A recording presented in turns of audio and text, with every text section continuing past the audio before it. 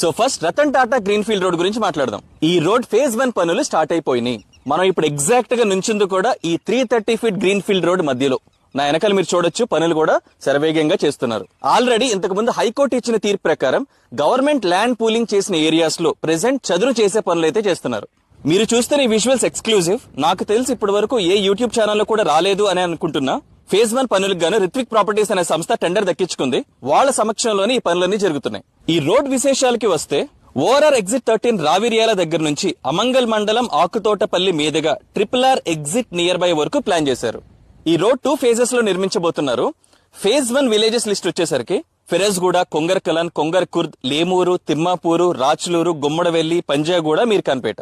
Total 19.2 kilometre stretch లో phase 1 రాబోతోంది.